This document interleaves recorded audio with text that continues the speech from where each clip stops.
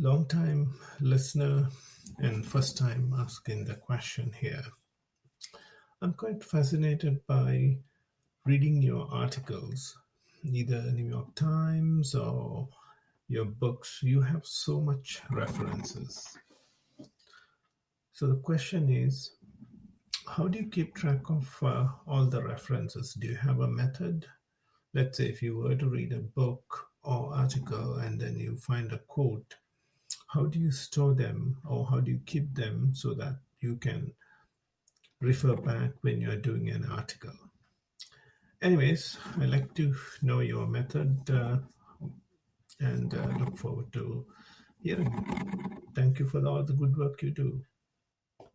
Cheers. Well, when it comes to information management of this type, there's two big schools of thought: proactive or reactive. So, the proactive information managers want to take the information they encounter when they first encounter it and put it into some sort of system. Even before they necessarily have a specific use for that information, they want to get it into a system where it can later be retrieved if needed. And in the more advanced version of those proactive systems, where new novel connections can form that themselves might even help give you ideas about what you should be writing about.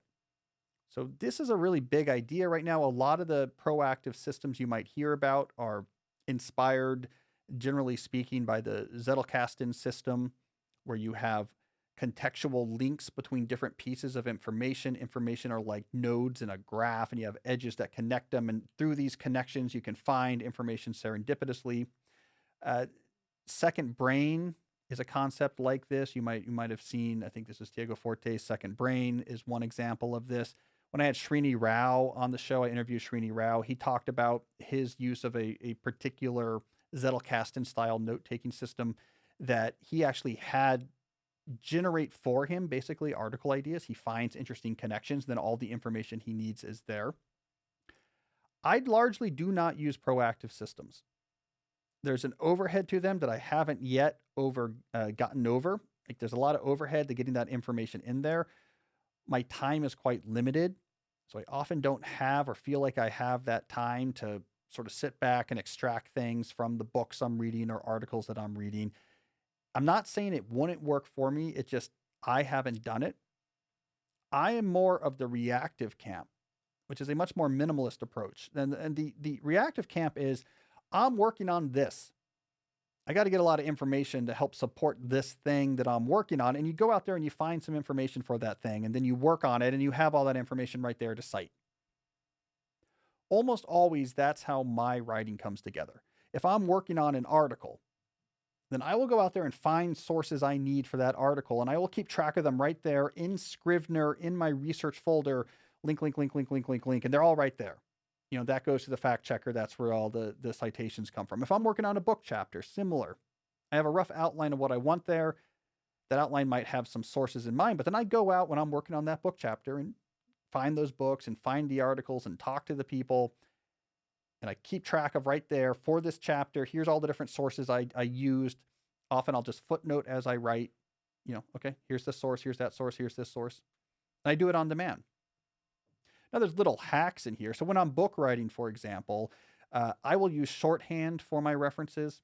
Maybe I'll just mention the PDF name of the article I cited, or a brief description of the book title.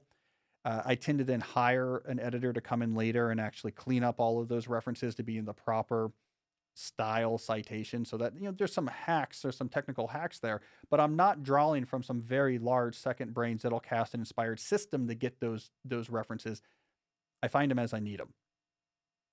Now, what happens here is that over time, if you write enough things and you have put together enough creative ideas, you have been bathed in a lot of interesting notions. You've been bathed in a lot of interesting citations. You've been bathed in a lot of interesting case studies. And your brain itself implicitly implements some sort of Zettelkasten type system. So then when it comes time, after you've been a writer for 10 years, to do a chapter for a book on a certain topic, already off the top of your head, you get 5 or 6 good starting points.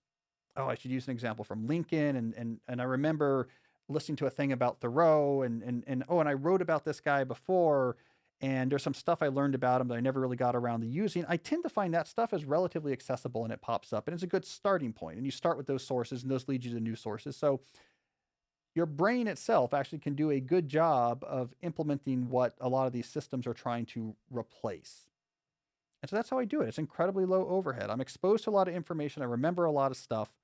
That's my starting point. But when it comes time to write something, that is when, in the moment, I begin to more systematically try to find sources, store them right there where I'm working. It all happens more or less on demand. It may not be the most elegant system, it may not be the most serendipity promoting, supporting type system, but it's very low overhead. And, so far it seems to work.